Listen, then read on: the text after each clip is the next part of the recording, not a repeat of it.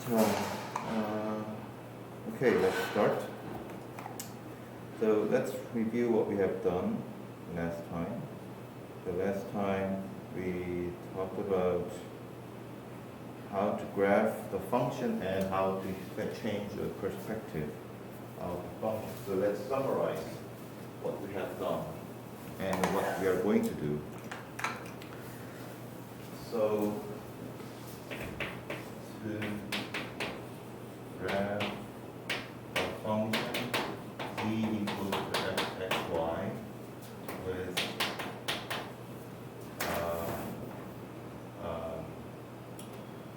custom perspective.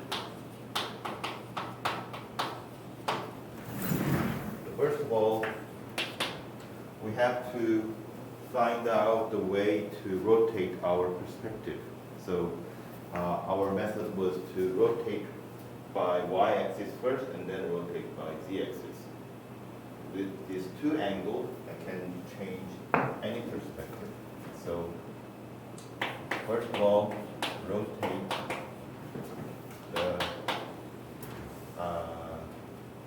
canvas. So this canvas was originally perpendicular to x-axis, and I was rotate by y-axis, and then by z-axis. So that was our scheme. And after we rotate our canvas, so recall that our canvas is like a transparent canvas, and I'm going to look at my 3D object through this canvas as if it's projected onto the canvas. So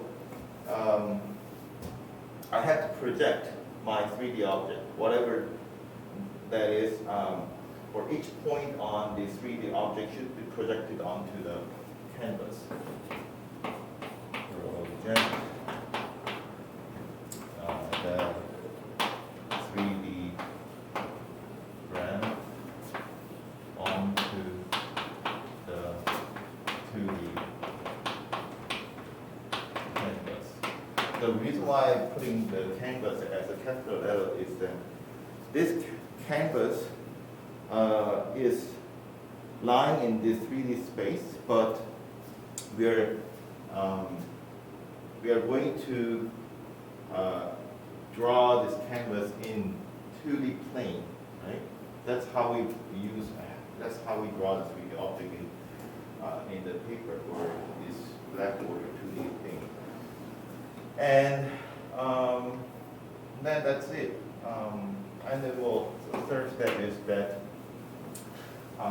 whatever that is projected onto this 2D canvas, I have to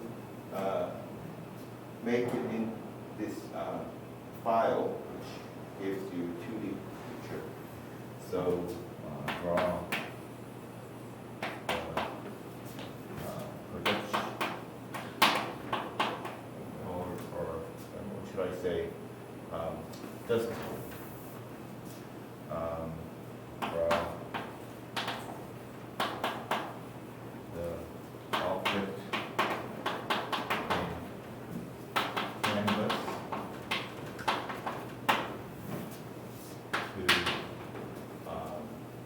file, image file. Okay. So that's our three-step method of drawing things. So we have kind of done the first step. So let's rethink about how we did it. So we have x, y, and z. So my canvas is going to be perpendicular to x-axis. Last time I was thinking as if it's located distance from this 3D object, which lies in somewhere here. So let's say our 3D object is somewhere here. Well, this is not a graph or function. I'm just giving you a random figure here.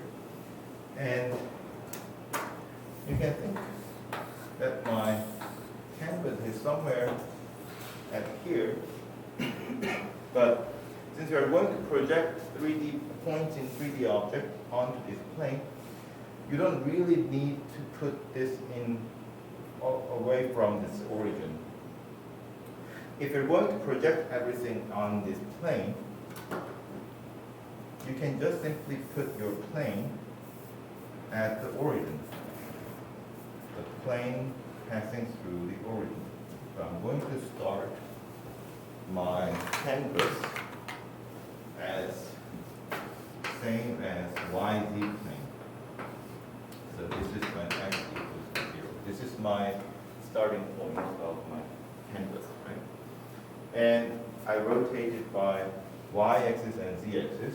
That's we implemented in the last time.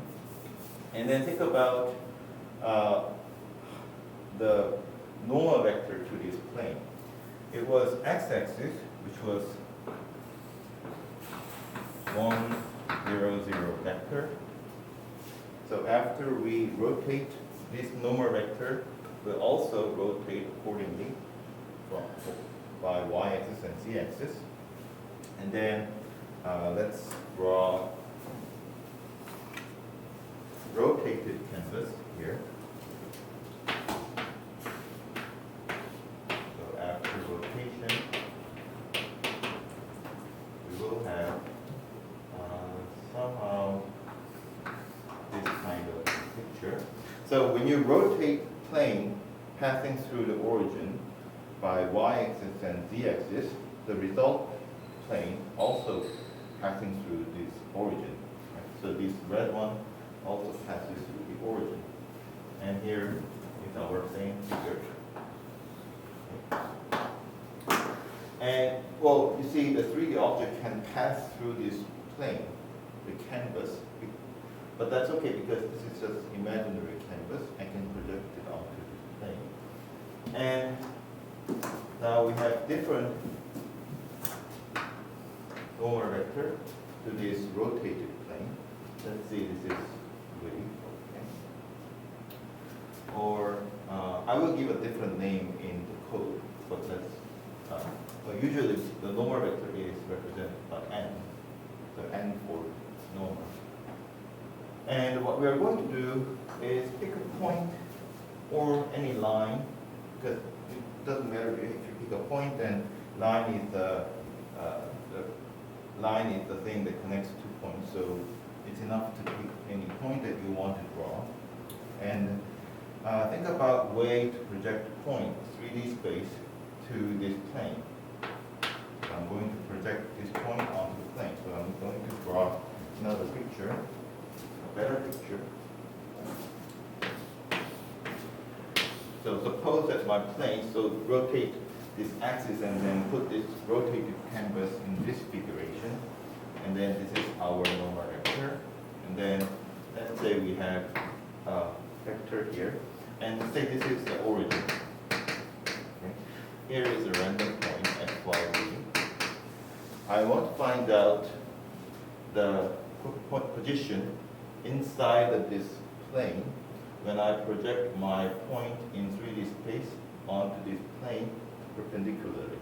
That means parallel to this normal vector. So let's say we have x prime, y prime, z prime. Let's call this name v, and let's say this is v prime. So we have information about the direction of the plane with the normal vector here, and we have random vector. I want to find out the position of the point when I project this point onto the plane. So, what's your idea? How are you going to find these points?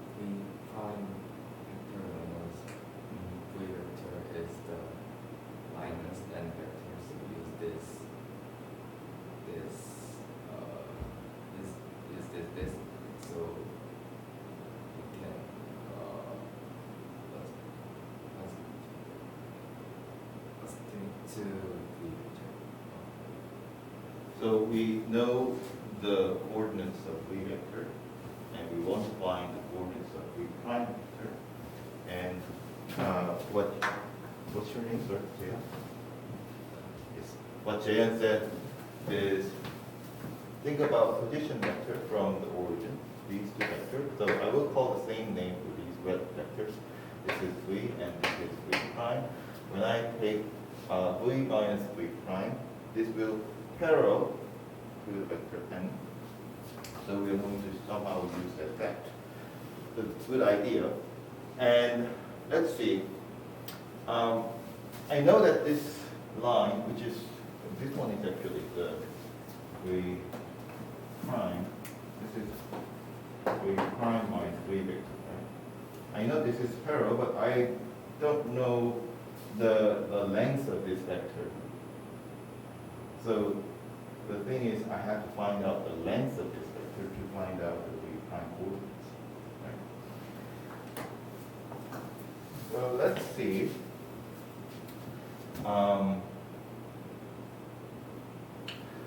Let's take this one as what we don't know yet.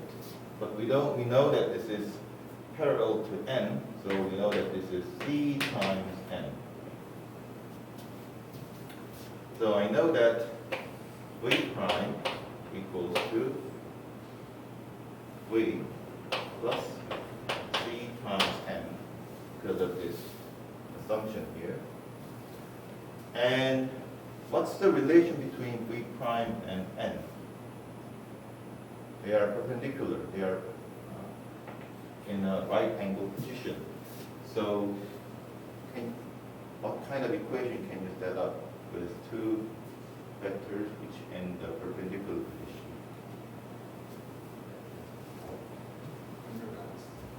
Inner product is 0, right? So, and inner product with V prime is equals to 0. So let's combine these two equations. We have n inner product with, let's replace this V prime with V plus c times n, and that is equal to 0. And n times V is equals to minus c times n inner product with n. So inner product is distributed in this summation. So now we know what c is. So c is minus of n inner product n inner product V. So this n is already given. We know this vector by rotating the 1, 0, 0. And V is given as the point in the 3D object. This is what we choose in the beginning. So we can definitely calculate this constant c, and if you plug in this constant inside this equation, we know what V prime is. We're going to use this equation. All right.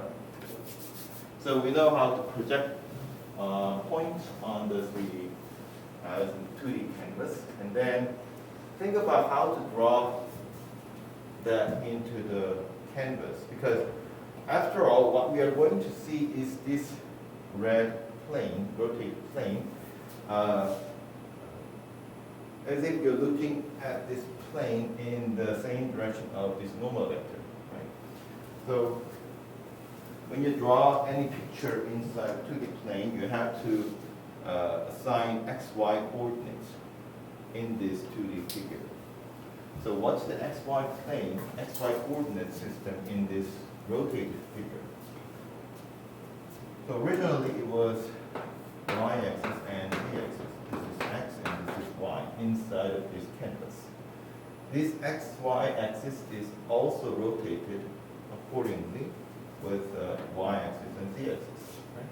This y-z-axis is the axis for 3D object, and this xy-axis is the axis for 2D canvas. Okay? So I should give a different name in this code. But let's, for now, give the same xy, because that's what we usually call it for understanding the plane. So this is the normal vector, and there are y-axis inside of this canvas, which is rotated x-axis. So think about where this y-x vector comes from, as if it's a 3D vector. Although I'm considering these vectors as a 2D, the axis in this 2D figure, we have to consider this xy axis as if it's a 3D vector, because this plane is lying in 3D space. So where does xy axis come from? It comes from y and z axis in 3D space, right? So this y is rotated from what? Y-axis, which is 0, 1, 0. I'm taking the unit vector parallel to y-axis. And how about x-axis in this canvas? Oh, sorry. Y-axis comes from z-axis, right? 0, 0, 1. And x-axis comes from y-axis. So this is from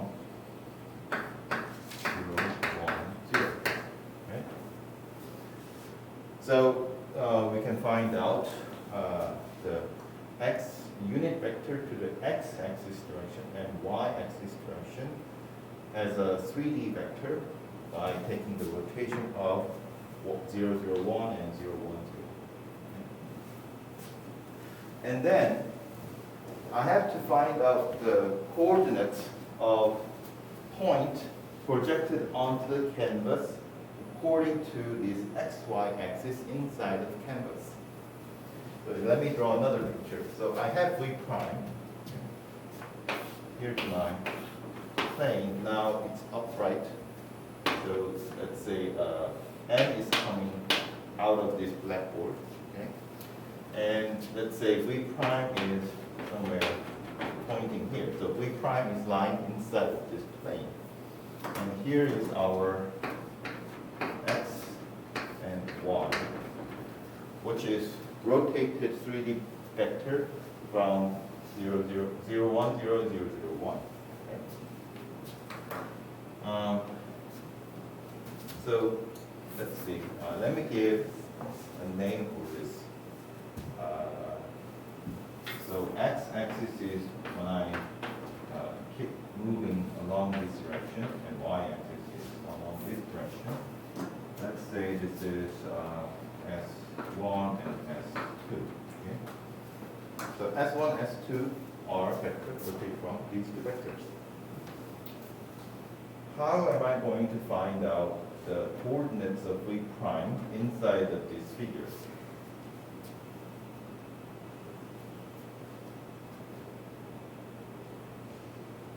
So I'm taking this S1 and S2 as if it's 1, 0 vector and 0, 1 vector inside of this 2D plane.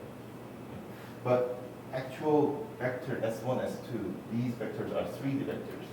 And this figure is lying in 3D space. And v prime is also 3D vector.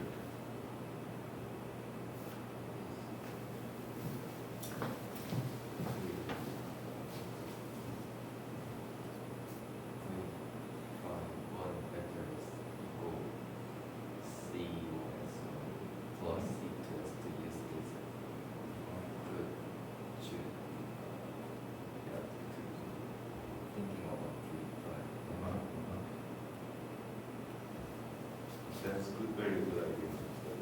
Did you understand what you have said?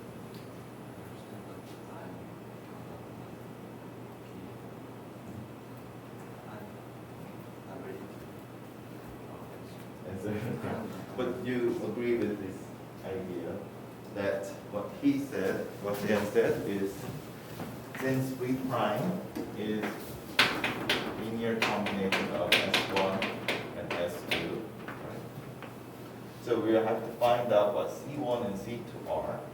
This will going to be x coordinates and y coordinates of the point corresponding to v prime inside of this 2D canvas. So we have to find out how to find the C1 and C2.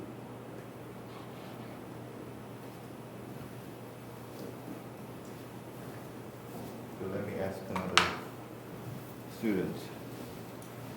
How are you going to find C1 and C2 in that case. I didn't actually understand. Which part? Which part you didn't understand?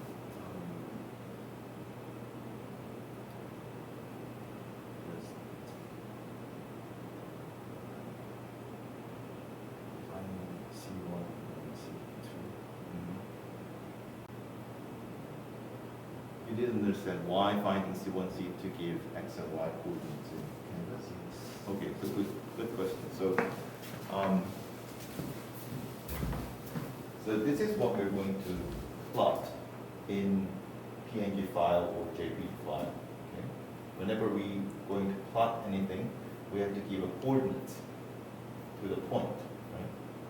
So we are starting from the center is origin, and we need to let the computer know, or this program know, that my point is located at x coordinate, y coordinate. Right? However,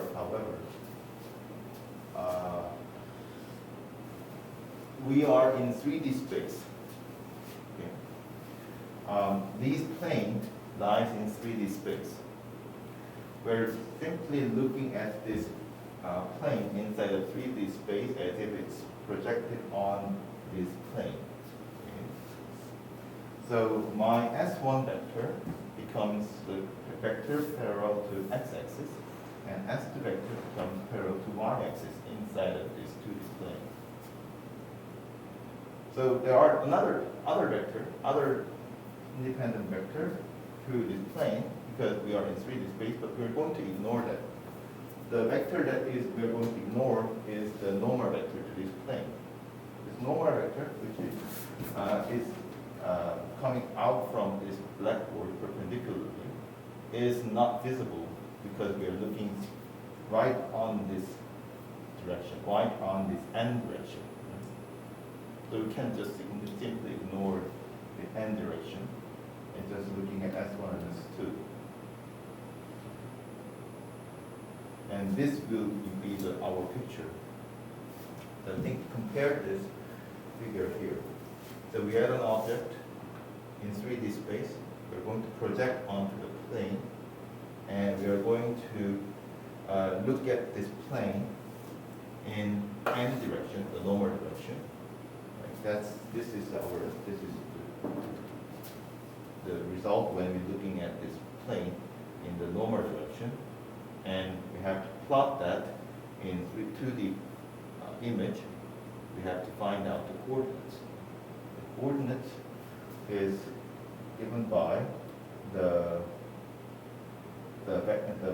vector in this plane is given by linear combination of two vectors, which are no unit vector to x direction and unit vector to y direction. Okay? And these coordinates is the x and y coordinates. Think about simple argument from the high school mathematics. So we have xy plane, right?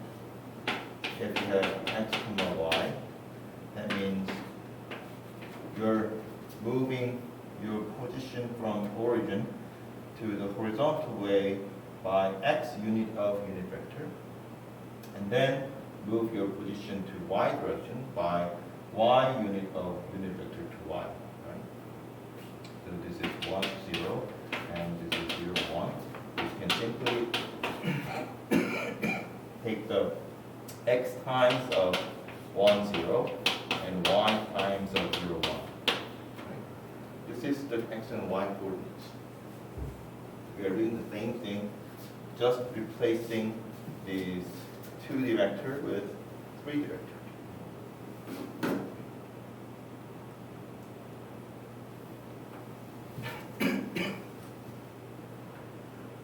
Okay, so that's that, and then how we're going to find C1 and C2.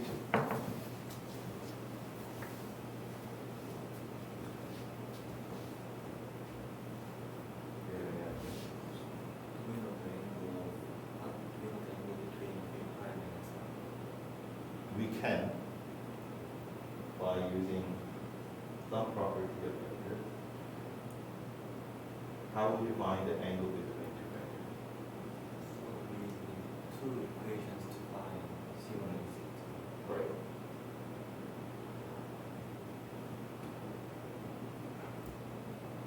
So one way is if you know the angle, then you can find out at C1 or C2 somehow. Angle is not given. But this is very good observation, because how would you find the angle between two vectors? Of course, we cannot measure this because we are starting with the random vector.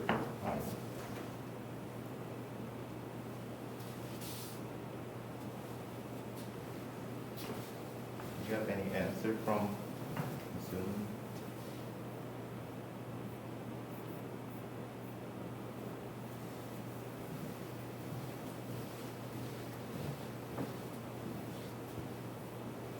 How do you find angle between two vectors?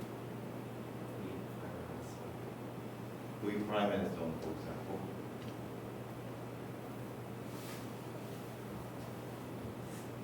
Or in generally, how? Inner product. So if we know the norm of the vectors, we could calculate with the relation of inner product. Right. So we could find the cosine theta. Right. Then we calculate the arc cosine. Mhm. So we find theta. Exactly. So, an inner product gives cosine of angle, and this gives the idea why we care about the inner product. So basically, this is a philosophical question: why people care about the inner product in vectors? So vector is not just a tuple of numbers; it has a geometric configuration. Inner product, although it's a simple algebraic equation, gives the geometric position or geometric configuration or information about geometric configuration of two vectors. So think about inner product first. We prime and S1. So we assume that this is the linear combination of S1 and S2. Let's replace that here. C2, S2, inner product S1. And what happens here? We have C1, S1, inner product S1, and C2, S2, inner product S1. We have something disappear in this summation. Last two parts is Yes, the second part disappears. Why? because they are orthogonal. Right, S1 and S2 are orthogonal. So this becomes 0. So we only have left with this first amendment. And what's the inner product of S1 and S1 itself? It's the norm of the S1, so it's square of Say it again, sorry. it's the square of the norm. Square of the norm. S1. Yes, exactly. So square of the norm. This is the general definition, and I put the norm as the symbol. And for in this particular case, think about where we had S1 from. We had from rotation of 0, 1, 0. When you rotate vector, does it change the length of vector? No. So what's the length of S1 vector? 1. So this will be simply S1. So what we did is we take the vector that is projected onto the plane and then simply take the inner product with S1 to get C1. And for C2, what should we do? Same as the previous part. So when I take the inner product, this gets C2. So we have C1, C2, which becomes the coordinates of coordinates inside of this 2D canvas, and we're done. if we can implement all of this algorithm to the computer program, then we can find out how this 3D object looks like when I change my perspective. Okay. So from now on to the question. Okay, that was the answer from the last question, and that was also a good answer using image part. So before I move on to the programming part, this gives all the essence of what you learn from linear algebra and vector calculus. So about the inner product, why we need inner product, what does the inner product imply, and so on. So there are much more. There are other properties that you can find in the common textbook, but that follows from these ideas. All right. Any question before we move on to actual computer program? Any questions from here?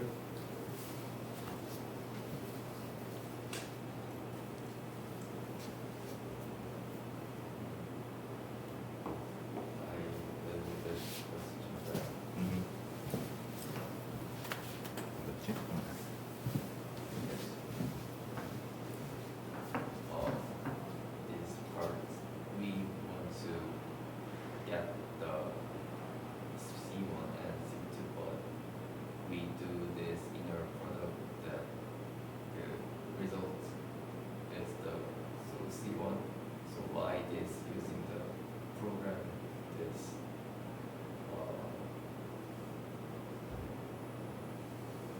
I mean, why do we need a program to calculate the inner product?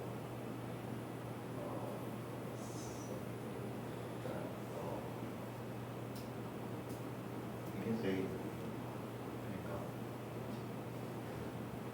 이 V 프라임 벡터에서 C1 벡터하고 C2 벡터를 구해하는데 지금 내적으로 한 값이 그대로 C1과 C2인데 이거를 정확히 말하면 구했다고 보면 전 이걸 어떻게 프로그램에서 이용하는지 그냥 that's a good question. So what we're going to do with the C1 and C2 after that. So in the program, what we have done previous lecture was to graph the function in 2D plane, and I showed you how to graph a point or line connecting two points. In that, whenever I want to graph something, I need to give the program the x and y coordinates of the points. Once I know the coordinates of the point that I want to draw in 2D plane in xy coordinates, I can let them to plot a point or plot a line connecting two points. So these C1, C2 will serve as xy coordinates to tell program to draw the point or line connecting them. So this part is the thinking part, and we have to implement after this more, actually carry out the graphs. So let's see the program here. We don't have any more question in Zoom, so let's move on to the programming. So I think this is where we left last time. So I will going to make a big picture of what's going on, and then fill out the details. So there are two ways to draw the picture. One is that I'm defining my function and then do everything inside of this function. Or the other way is sometimes I want to draw two graphs in the same figure, same plane, or same canvas. So I can define a canvas object and then that canvas object to draw the function. Okay? So let me do the second way. So because that's simple. Because in the defining of function, I don't need all this part. I just need a formula of the function and domain of the function and number of variables of the function. And also in the plane, in the canvas, I need a canvas object here. So let's make a canvas. It's a sum module. And I'm going to make type canvas as a struct object. And here we're going to have a plot as a plot pointer. So this plot pointer is common. This we have used for plotting here. So we use the plot package given by 104. And then when we define a canvas, we have to find out how big is my file size is. So the size will be the array of, so I have to go through this thing here. Let me give a little bit search here.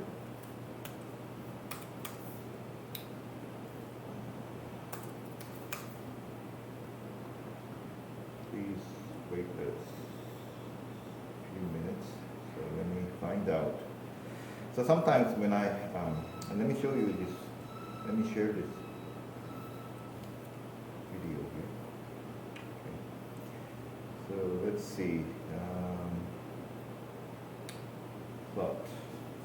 In this plot, when you save this plot, you need to specify the width and height of this file size. So it's given by a length type in VG sub package. So if you go to the length here, type length is same as font length. Well, let's just use the VG length here. So let's go back again.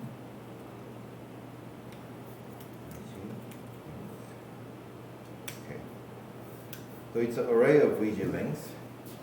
The first one will serve as a width, and second one will serve as a height. And how about others? So you need a file name as a string. And that's it. So what I'm going to implement is whenever I have canvas, I want to graph a function which is given by MVF type. So this canvas object has every information that I need to draw the plot in the plot package. So let's see.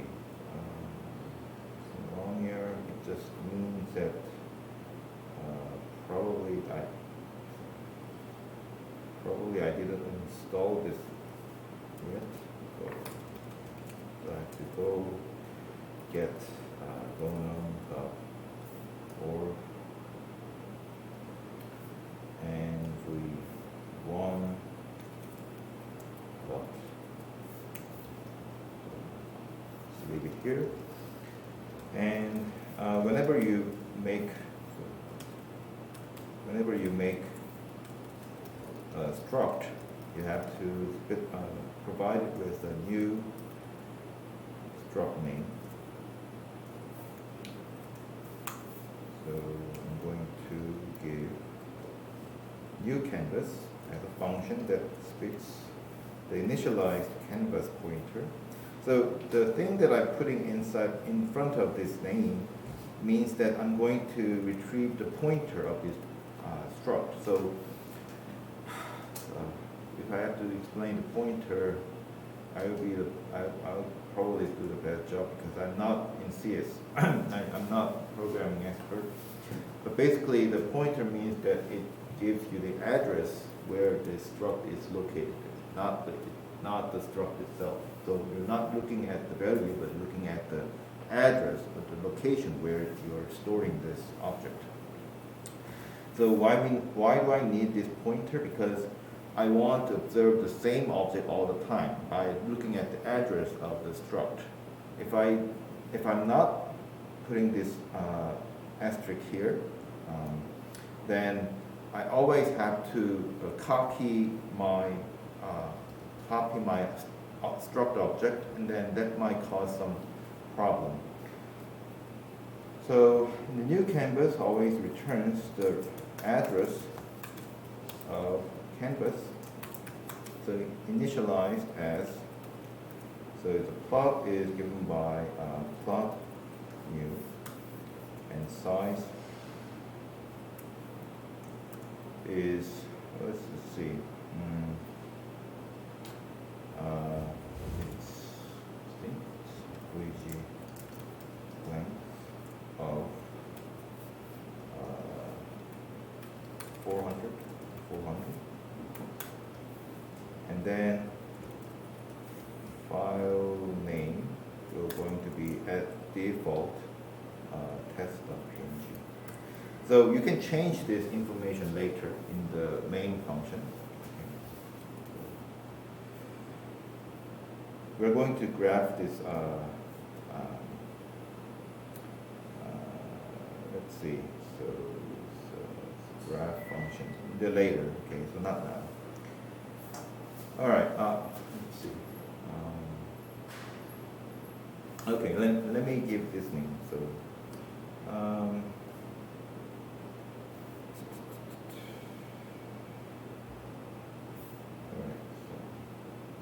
I think I have to do this. I should implement graphing here. Right?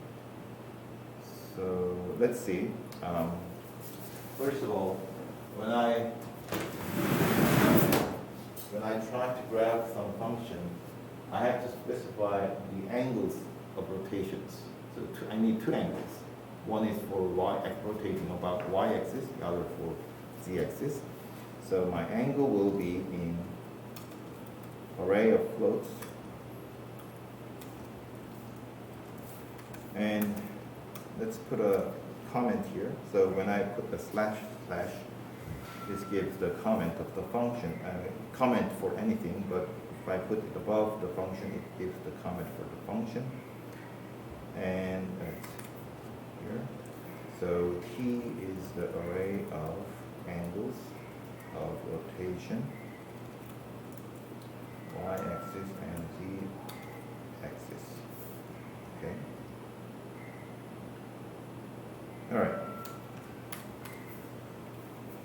So, and then let's see what I have to do next. What should I do next? I have to rotate my plane, right? So plane was originally had a normal vector 1, 0, 0. And there are two other vectors. One is the x-axis vector, and the other is y-axis vector in the canvas. So that corresponds to 0, 1, 0, 3D vector and 0, 0, 1, 3D vectors. So all of this together with this 1, 0, 0 vector becomes the three normal and unit vector of three-dimensional space. So I'm going to define it as a E0, E1, E2. So I'm going to make E as a array of, did I define the vector yet? No, I haven't defined the vector. So I'm just giving you undefined struct for now to be defined later. But for now, let's define it as a vector. So I didn't define the vector struct yet, so it simply says there's nothing defined here. But anyway, so and then I'm going to define E as a float, array of floats as 1, 0, 0, E1 as float 64 as 0, 1, 0, and E2 as float 64 as 0, 0, 1. Okay? And then what I'm going to do is rotate these three vectors. So rotation of E0, which is 1, 0, 0, will give you the normal vector of rotate this canvas.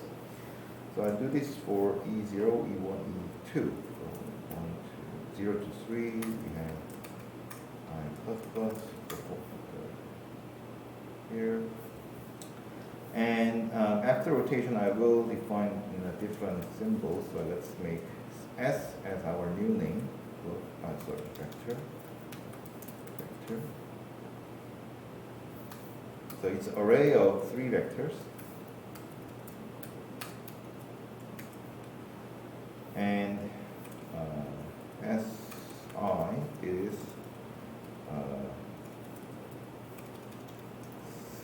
spherical rotation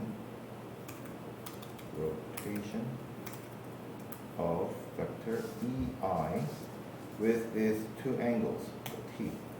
So T was the array of 2 angles. I'm going to use as the same argument in the spherical rotation function. So this function is about the vector rotation, so I'm going to define it inside the vector package.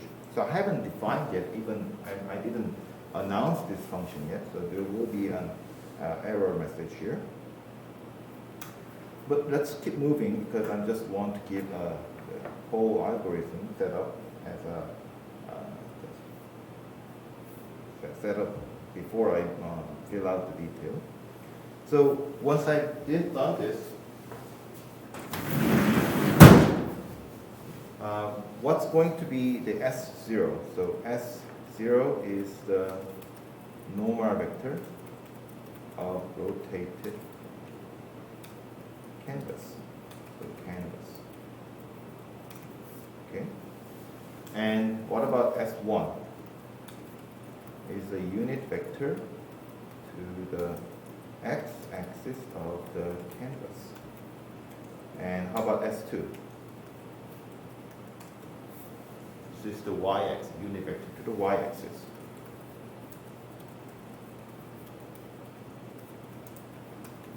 Okay. Now, we need to find out the points, right? First of all, let's draw this axis first. So how about the axis is not moved at all. So when I want to draw the axis, I have to plot the line connecting the origin and is 1, 0, 0, and 0, 1, 0, and 0, 0, 1, right? So I'm going to plot the axis on the canvas. So when I plot things, I have to start from EI. So EI didn't change from our first definition. It's 1, 0, 0, 0, 1, 0, 0, 1, 1, 0. And I'm going to project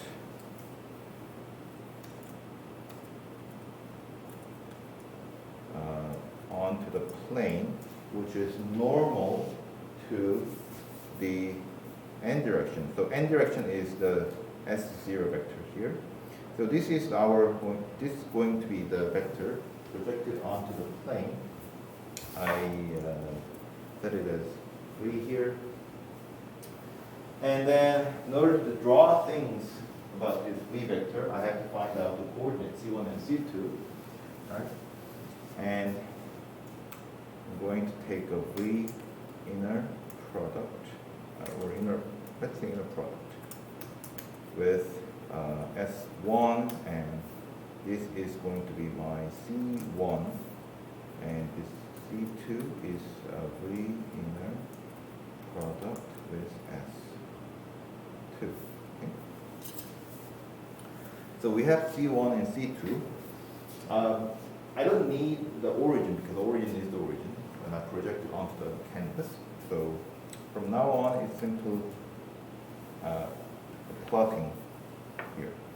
So when we have a plot, we want to plot anything, define it as an XYS. So XYS has X0, Y0,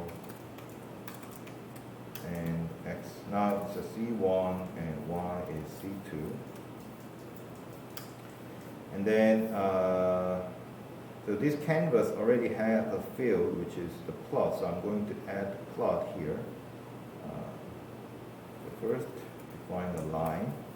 So it's C plot new line with the points, and then, I'm sorry, not plot, it was the plotter, new line, and then C plot add line.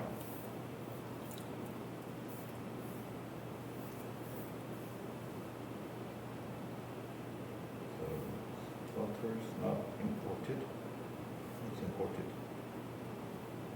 Okay, so everything disappears. There's some error message above. But that's what we have not defined. So we're going to fill out this part. And then we did for 3 axes, right? So we're going to see the 3 axes in the rotated canvas. So this is our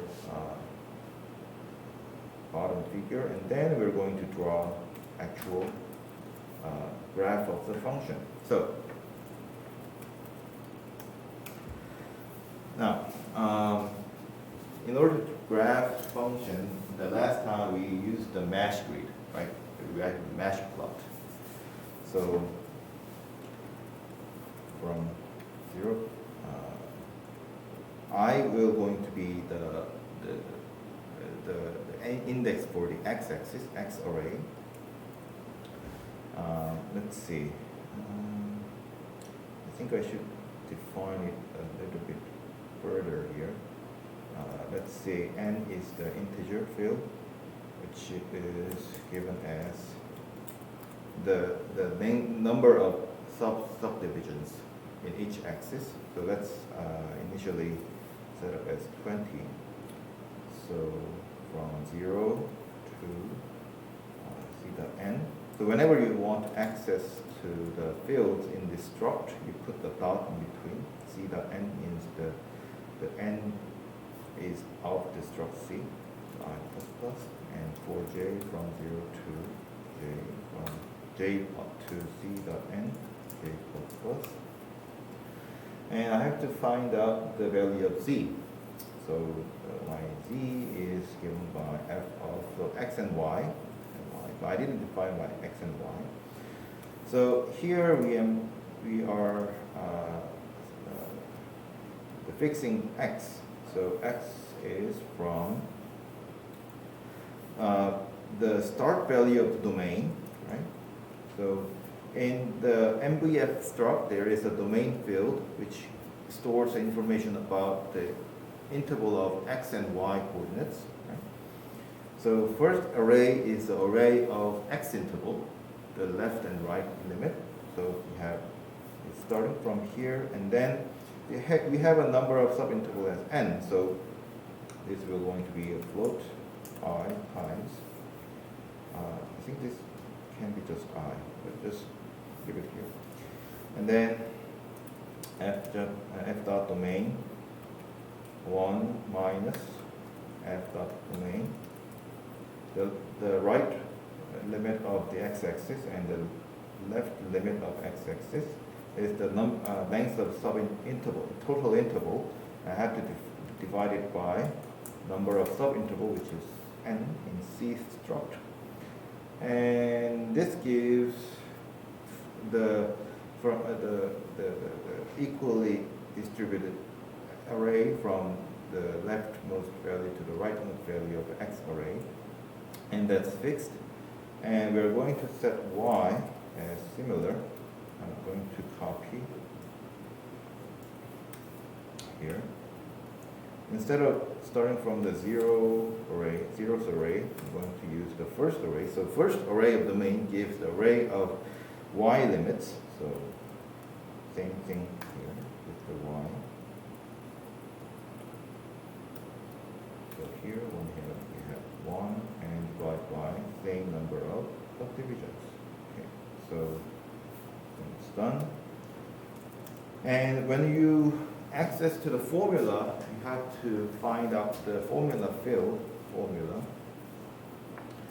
and the formula takes the array of values, so we have to make it as an array of floats with x and y elements.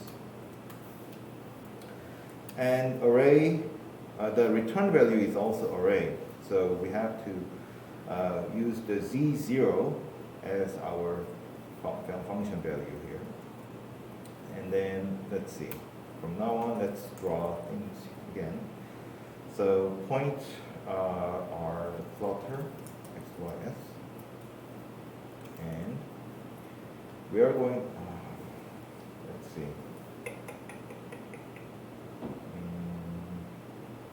X, y. Oh, let's see. I have to draw the point, not. I have to draw the line, not the point. So I have to erase this one, and let's see. Let's put y0 and y1. The reason why I'm doing this is I need the 2 points. So I have to draw 2 points. So one is j's and the other is j plus 1's. Okay, so z0 is from x to y0, z1 is from x to x comma y1. It's the value. And before I plot anything, I have to change it to the c1, c2 coordinates, right, in this canvas. So let's say my v0 is a vector of xyz coordinates, which is x, y0, and z0. Okay. So again, the reason why I put the index in z0 is because the function f has the formula which spits the output value of the formula is always the array of float values. So I'm using the first one because I know that this function will going to be output has one single variable. And we want similar but with a different inputs. So it's going to be 1 and z1. Okay. So we have a v0 vector and v1 vector in 3D space. I have to project it onto the plane and then use the coordinates of z1 and z2 here. So use a similar thing here. So what we have done is to using projection plane function and then take the inner product, right? I could have done this more efficient way, but let's do the conflict.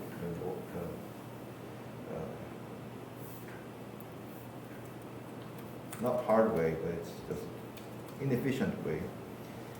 Projection plane.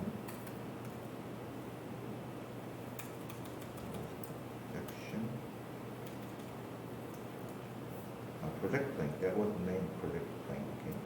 The project plane onto our normal vector, and that will give some results. Okay.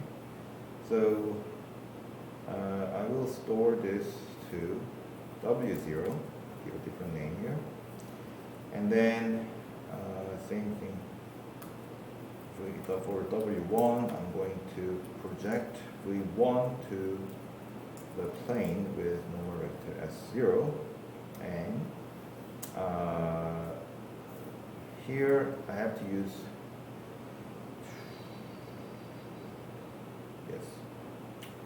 see.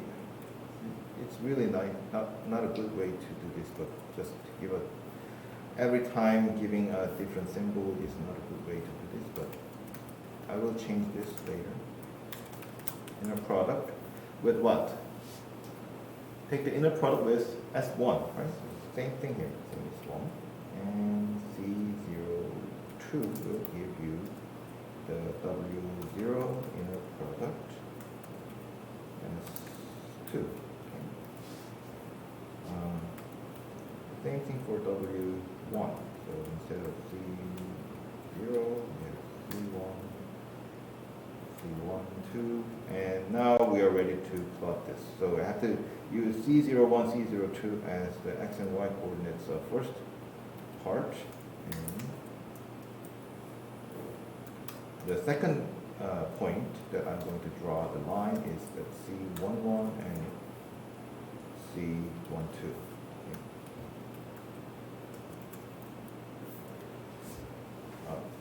It's the same color. Okay. All right. Then W1. So this should be W1. Okay. And then draw a line connecting these points. Yes. And then add that line to our canvas. So we need another. This only gives you the line through the x-axis, right? We need another the line plotting on the graph of this function. But for now, let's test whether this works well. Before we test, let's remove all the error messages here. So why this error came from? So I didn't define the vector struct in our vector package, so let's make one. So here I'm going to make a vector.go and package vector, and I'm going to define a vector as an array of floats. Okay. So this vector has some function should be defined. First one is inner product with another vector, and the result is the real number, so it's a float. So for I from j 0 to v, so I'm taking a general vector, so I don't know whether it's a 3-dimension or 4-dimension. Doesn't matter because I'm just taking all the arrays of vectors, and then take v1 and vi and wi multiply each other. I'm going to add this summing multiples. So first of all, let's store that sum n in sum. So I'm declaring my sum variable as a float 64, and it is initialized as 0. So sum plus going to be adding all this and return this value. So this is easiest way to implement inner product, but sometimes you have to handle the error, because sometimes people try to inner product two-dimensional vector to three-dimensional vector. That will make a problem. So let's see, if the length of V array is not equals to the length of W, so len is the predefined function which counts the number of arrays, a number of elements in these arrays, then we have to panic. So this is also usual way to handle the error. Invalid inner product. So whenever this panic happens, it will terminate the program. And then what we have to do is try to define the project plane. So project plane function. So project plane function takes the normal vector as an input, because this is all we need to know. And then it spits out another vector. So let's look at our calculation. We need to calculate C, right? So C is the negative of V inner product with n divided by what? N inner product with n. Okay. So I can do this just by, I can do the inner product by taking simple dot after n, because n is defined as a vector, and then vector has a method that can be called by putting dots. Okay. Right, and then what? I have to return the v prime over here. So I have to set a new vector. Let's see. It's going to be easy if I define new vector. So it's going to be just a creation function with the n elements in the array. So we will be array floats with n elements and return v. That's all. So w will be just a new vector with the same number of elements in v, and then each element will be simply given by the arithmetic of v and cn. So wi will be vi minus plus c times what? N. And you have to return w. All right. I think that kind of solved the situation. So, so I have to import the vector sub package. Sorry, not vector, a matrix. Vector is just a struct name. Sorry, vector is correct. Vector is the name of module, right? Vector. So let's wait a little while. So this is vector, not vector. Vector. I didn't define three quotation yet, so let's do this. All right, so let's go to the vector here and function revec spherical rotation. So I need two floats, and then result is also another vector. So we did this in the previous time. So we had a main function, and we defined two t's, and then we define matrix. So we're going to use this matrix as what? This is rotation about y-axis, right? So let's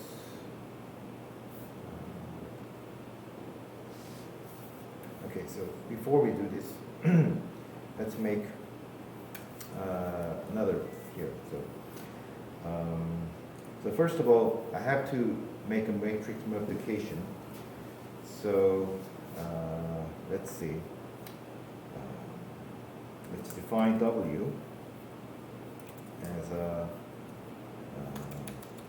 new matrix, a new vector, the same number of elements in V.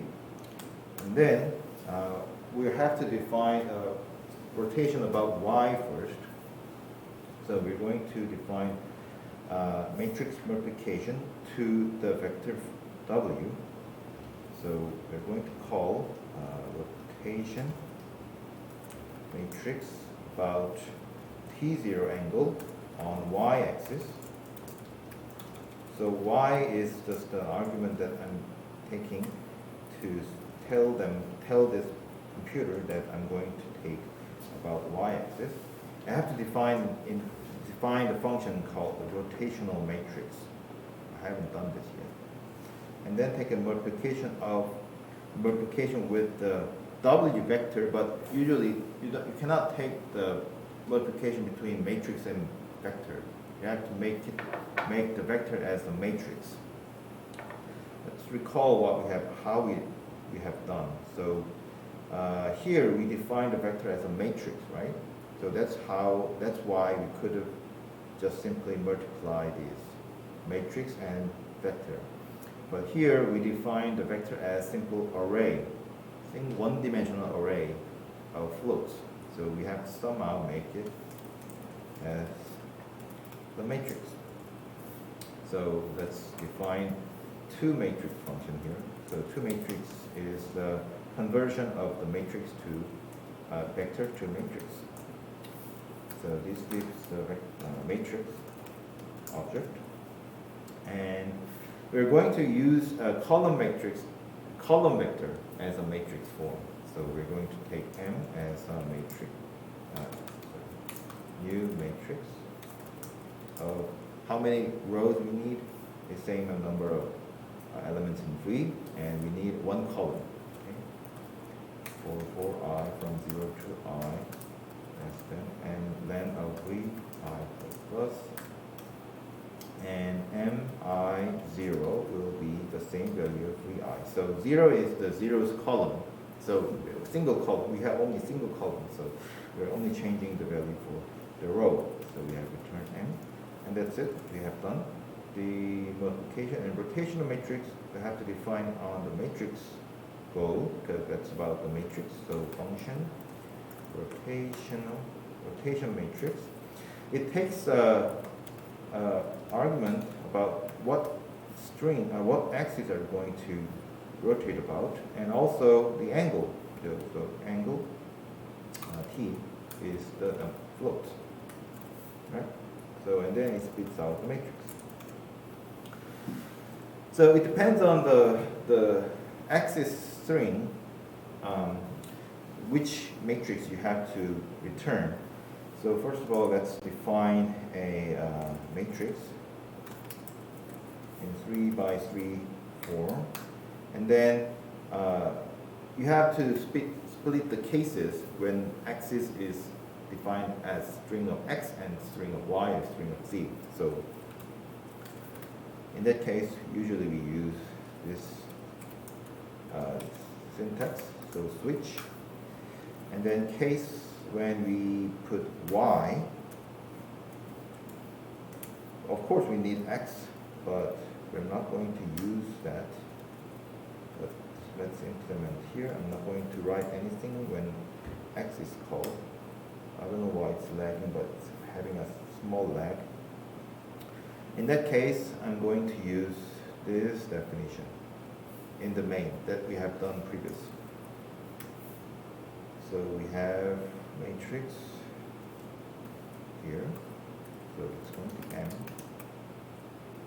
And in the case of C, we're going to use this.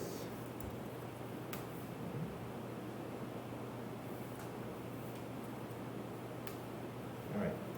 So and then this will be all T, not T1. Where did I put? Okay, so in the case of Z, okay. And then return M. So M2 is going to be just M. All right. This simply gives the rotational matrix. Okay, so I make it into separate function so that it's simple. So, all right, so let's remove all the error messages here. Where is the error message? Here. Okay, so spherical rotation, I have not finished yet. So I start with initialized vector, and then let's see. I'm taking vector V and rotate that, so I have to copy that to W. So I'm not using vector V to rotate because that will alter the previous vector. So I'm going to make a new one and then copy that to copy the previous one to the new one. So Wi will be Wi and Vi, and then first make a multiplication, and then after you rotate, apply the multiplication, store that to W again. I'm sorry, so not W, just say M here. So the result is a matrix M. And then apply the rotation matrix, all about z-axis with angle T1, the second argument of the angle, to the result M. Okay. All right, so that's going to be in the matrix form, 3 by 1 matrix form. But we want the result to be the vector form, so I have to make it to vector. Okay, and that will be our result. Return. So I haven't defined two vector function. This makes the matrix to vectors, so I have to define it again here. So function and matrix to vector. The vector. And V is new vector with the same number of rows here. So for I from 0 to I length of V, we have Vi equals to Mi 0. Right. Sorry, return V. Okay. So everything works well. So spherical rotation, let's check again. So we have two angles input, and we have we copied the vector V to W, and then make a matrix multiplication with rotational matrix about y-axis, and then rotational matrix about z-axis, and return it as a vector. Okay. We're going to go back to the canvas here. Spherical rotation now should work. What is it? Spherical rotation. So spherical rotation doesn't require some normal direction, right? So we have spherical rotation takes only the array of angles here, arrays of angles. T is given by float array.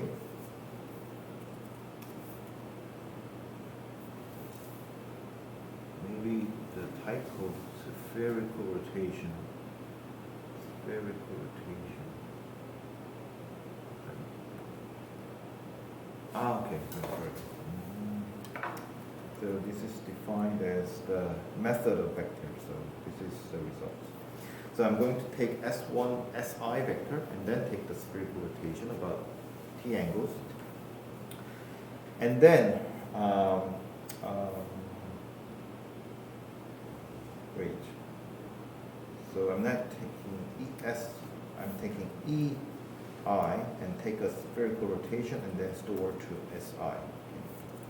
That's the way it should go. All right. So and then let's go below here. Here's a typo. Project plane. And then, okay. Everything should work fine. So graph has no output, so that should be it.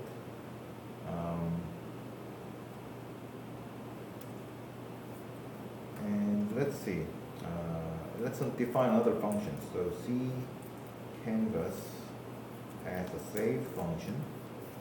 So it simply saves into the file. So C plot is the field in C which has information probably about graphing the function.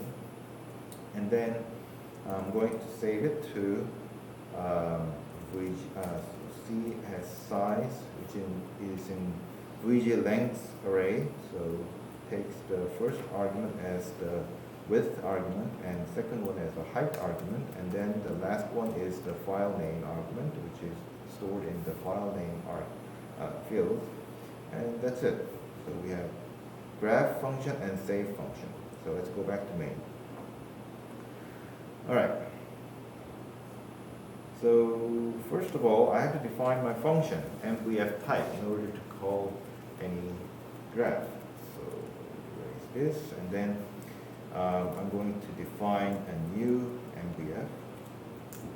Whatever it goes, I have to leave it here because I didn't define this function yet. But let's define C again. So new, so it's in the canvas package. So it's a new canvas. And then C.graph F, and then I'm going to save. So this is all we have to do. Define function, define canvas, graph it, and then save to file. So new vector, new MVF, have to define here.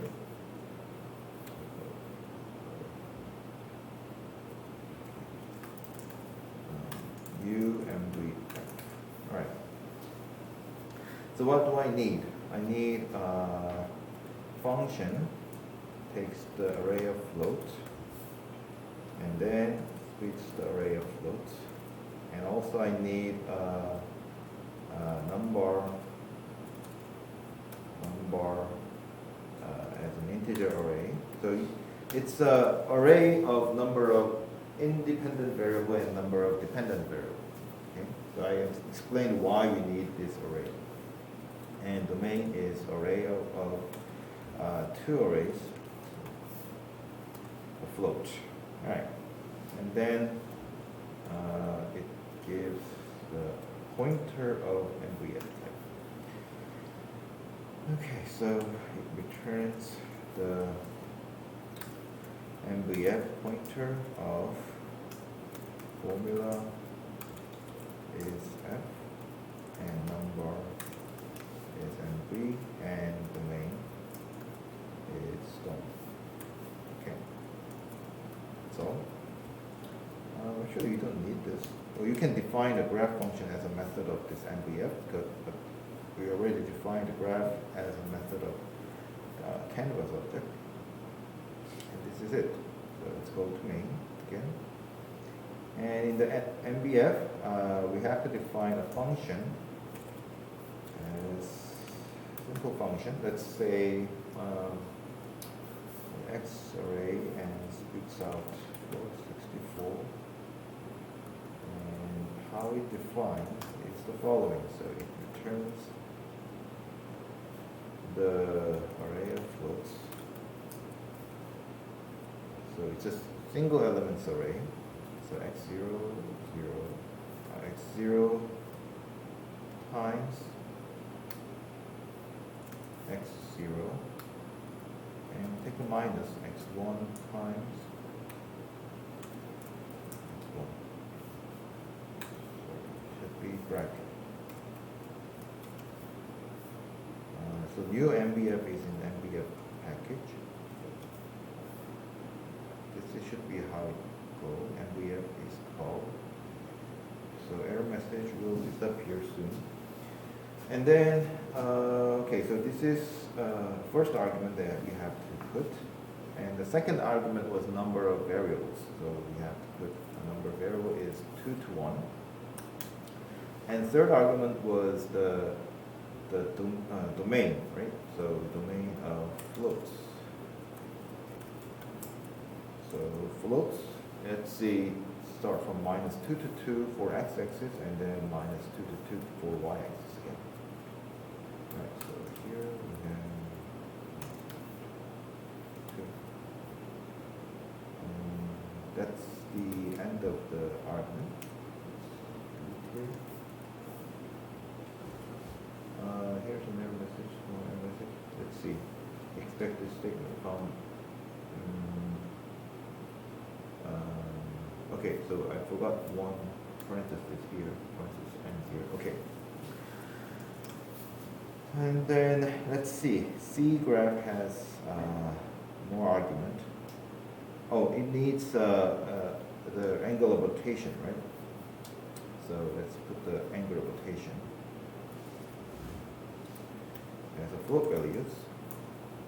So first angle of rotation, let's say we want to say take the same angle that we observed last time. So what was it?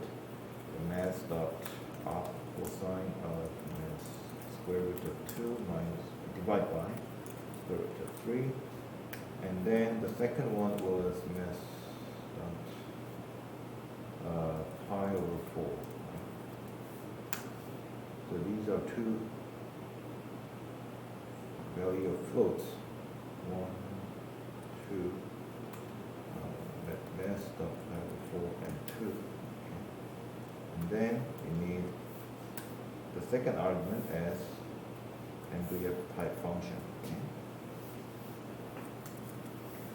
So the mass is imported, so it should disappear soon. All right, so there's one more message, one error message. So let's see what is saying. Cannot use FFmpeg when use the argument to graph. So let's see. In the canvas, the graph function takes array of floats and array of function MBF type function f. Let's see. In the main goal, we define function f as MBF type with the new MBF function. And let's see what happens to new MBF function. New MBF. Okay, so it returns the pointer of MBF. Okay, so I have to make it. I have to make an argument as a pointer too. So you have to take pointer. All right. So then we don't have any error message. All right. Let's run. Running the code. Probably usually doesn't work. Okay, so no error message. Usually you don't get an error message. Okay, so it's quite nice picture. We didn't delete this axis here, so there is an XY axis. Up here is in the figure, but it's good. So you ask why we need C1 and C2. That's why we need C1 and C2, because everything we plot in this 2D plane or PNG or JPG file is according to the XY plane as if it's in the left and bottom here.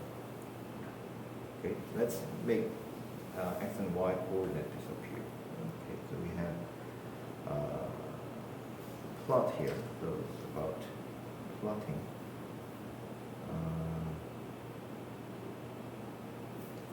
Let's see, maybe we can do this way. Plot new, and we're going to have a little, so we have plot new,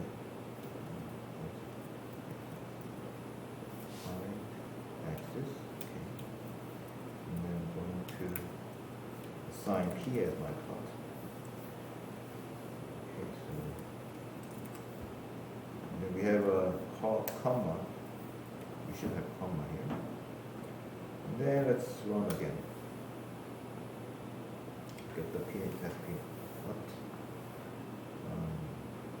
It's not done yet. Okay. So wait a while. So now we have no more thing here. So you see there's a small axis inside of this, in the middle here. That's the XYZ axis. If you want, you can put a label on it. But you see this XY axis looks symmetric here because we did a 45-degree angle rotation.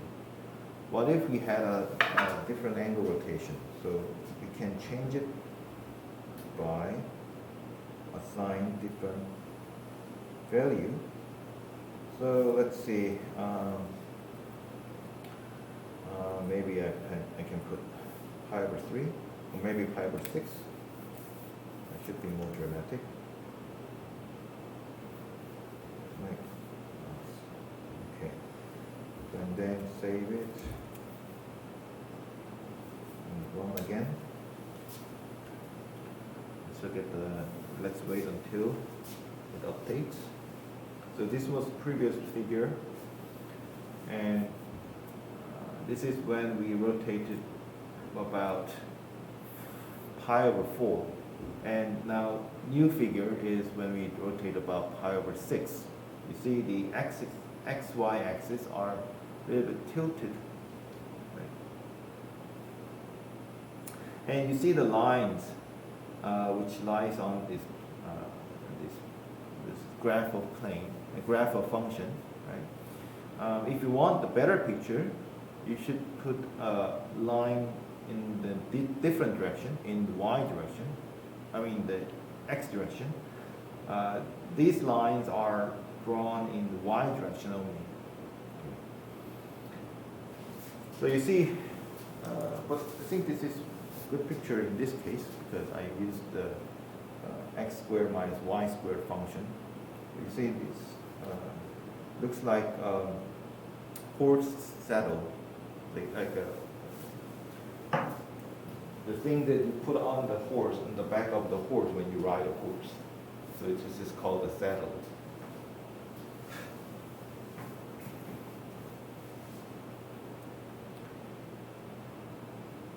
Okay. So we have a few minutes. So let's make it our code a little bit neater. So because we had a canvas graph, and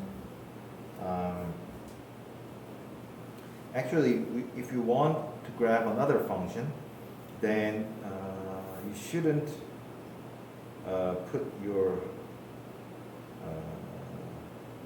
axis when you draw the function. It has to be done prior to graph the function. So let's put it this way. So let's say we want to draw canvas,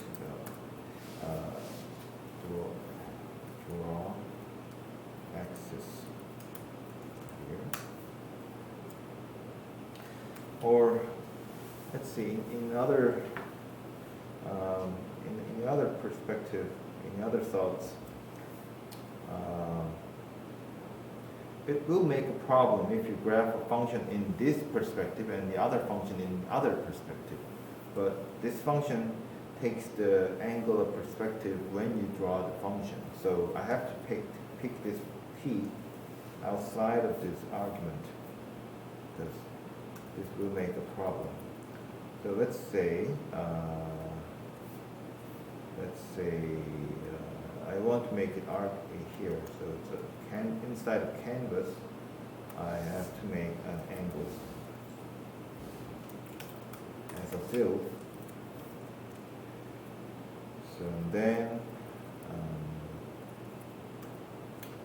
in the initialized angles here, 1264 as mass r cosine mass square root of 2 divided by mass square root of 3. And then what? We have about the parenthesis, and we have mass power of 4. This is, I will take that as a default configuration. That's why I'm putting here. So by doing this, I don't need the angle anymore because it will store in my canvas object. So whenever I need, I will just simply call t as c dot angles. Okay. So no error from now on, but let's see, I want to take the axis drawing out of this graph thing. So,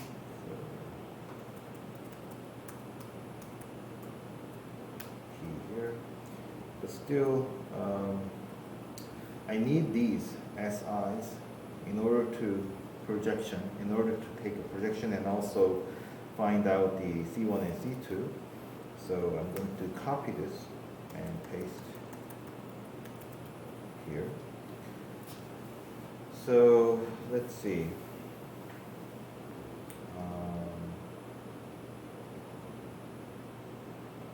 Do I need T? I need T. Okay. So, but I only used T here, so I can simply replace C angles here and then delete this line. And then everything looks fine. Okay, so no error. And let's see. That's 1 is 2. Okay, so far it's okay. So I'm trying to make concise as possible. So in the graph function part, it's too messy. It's hard to look what's going on here. So I'm going to make it as simple like this. So first of all, what I'm doing here for x and y and z is I'm making an array of x values in the x direction, y direction in these intervals. So I will make a new function called, so x is going to be array of line, these points in x-axis. So there is a linspace in the MATLAB. If you learned the MATLAB last semester, there's a linspace function. I really just simply replicate this. So it will make equally spaced array of x values from the leftmost limit and the rightmost limit with n number of subdivisions here. Okay? And then store it as an array. So I haven't defined this linspace. Let's define it here.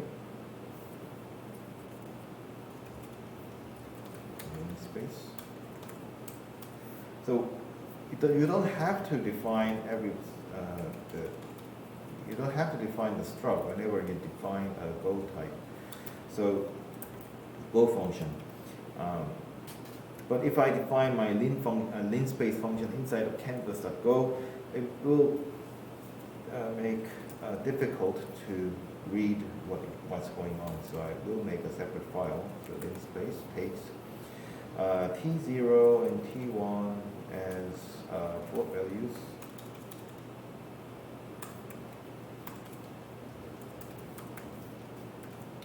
And the last one is number of subdivisions. Okay. So I will make, so the result is array of floats. Array of floats. 64. And then, let's see, the return is C. Returning is C. I will make float 64. With n plus 1 arrays for I from 0 to. I don't know why I have lagging. I'm not running anything. But let's see. I from 0 to n. The reason I put the equal sign here is because I have n number of subdivisions. That means I have n plus 1 array of elements. So CI will be same as our previous formula, so which is float 64 I times T1 minus T0 divided by float 64 of n, and then return C. Okay, so that's our linspace function. So using this linspace function, I can do the y here, and y is from 1. Y array is in interval of y array is in the first array of the main. Okay. So then let's erase this, and okay, I can also erase y0 and y1. So now the first value of z is when I plug in xi and yj. Right? The second value is x is fixed, but y value is the next value of the array. So this is z1 and z0 and z1.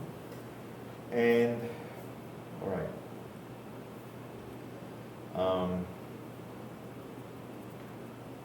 So I should make it as a vector. So let's put it here, I,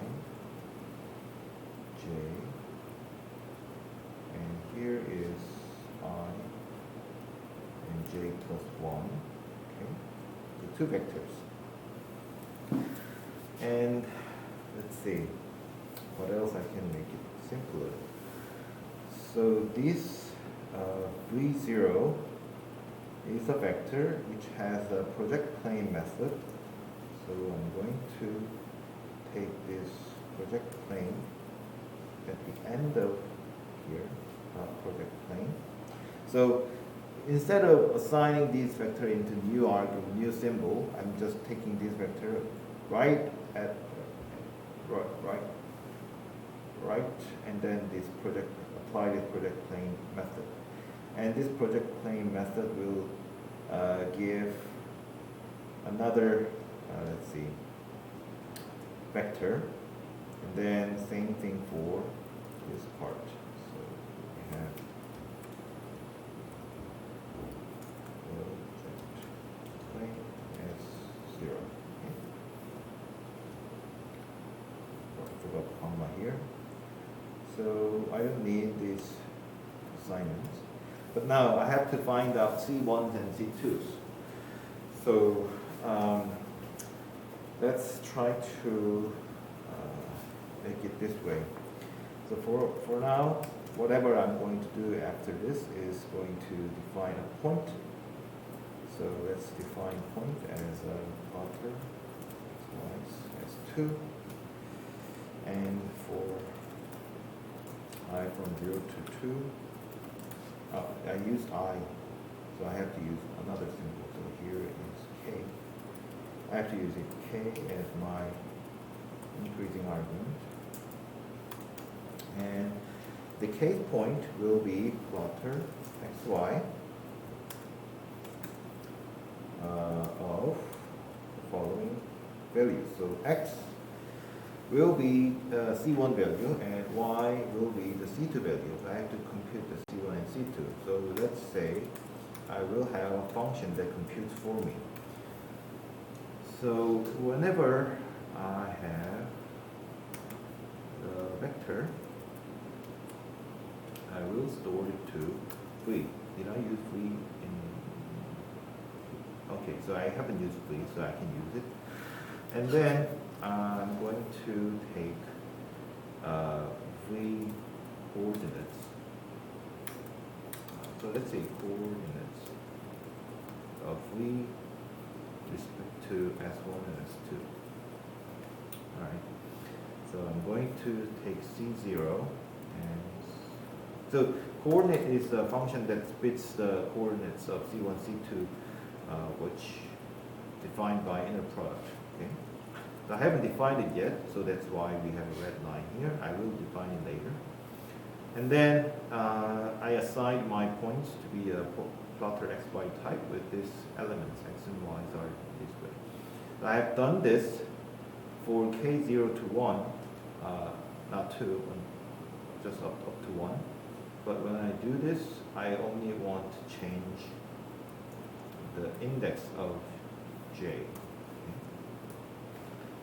So then it's done. So I don't need anything here, down here. Okay. So I have points defined, I have a line, and I add line. So let's define coordinates. Let's define it in this file. Coordinates is taking a vector v, so it's in the vector, and 3 vectors, right? Actually, so v and e0 and e1. Okay, so we just name it e0, e1. Okay. And then it splits the array of floats. So it returns the float values.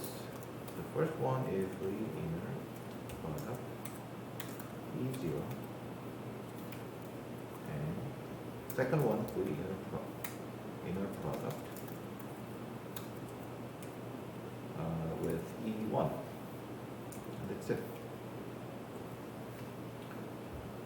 Okay, so we have imported vector and this just appears and everything looks fine.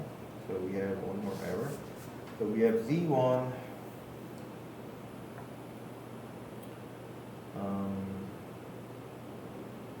I haven't used this. I don't need this one. Actually, I need this inside of here. So when I compute my z value, I have to change my index of y. So let's put plus k here. So z0 is my value of the function. Okay. Okay, let's go to main. So now we don't need 2 arguments of angles. simply need to graph the function. Because the angle rotations are defined already when I make a new canvas. So let me just go.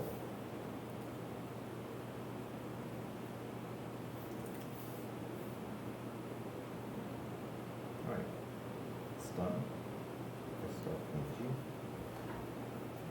Okay, so I forgot to put the axis here because I split my drawing axis part in different functions, so I have to draw axis. Then let's do it again. Where's that function? File. Still processing. It's done. We have axis appears right here. Everything looks nice. Let's rotate more. I think it's gonna be the end of it. So when you want to rotate, then you have to say assign a different angle. Angles is float 64 of, let's see, that's pi over 4 and that's pi over 4. Okay.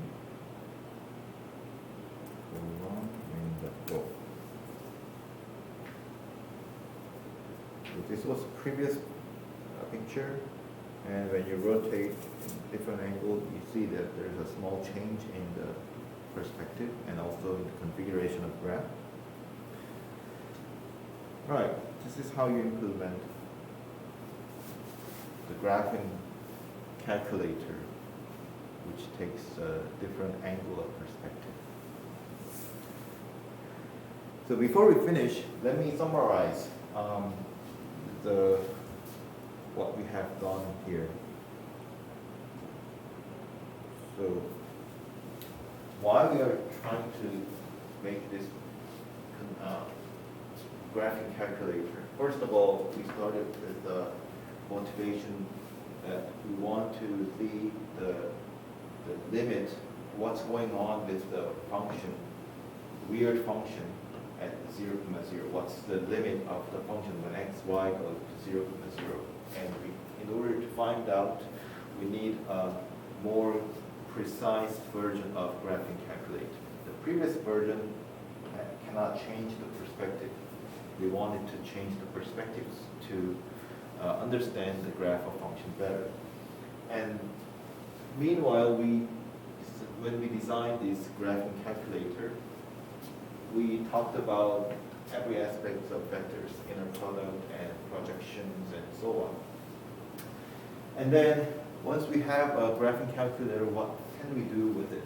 Not just the limit, but we can also look at the tangent planes, and also we can look at the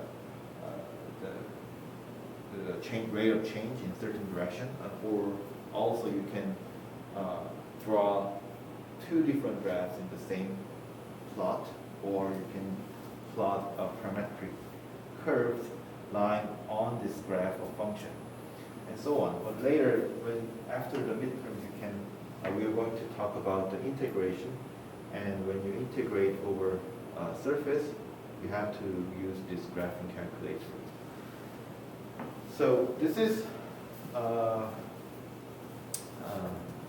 not the perfect one, but you can also modify a little bit so that you can use better in your own object or your own goal.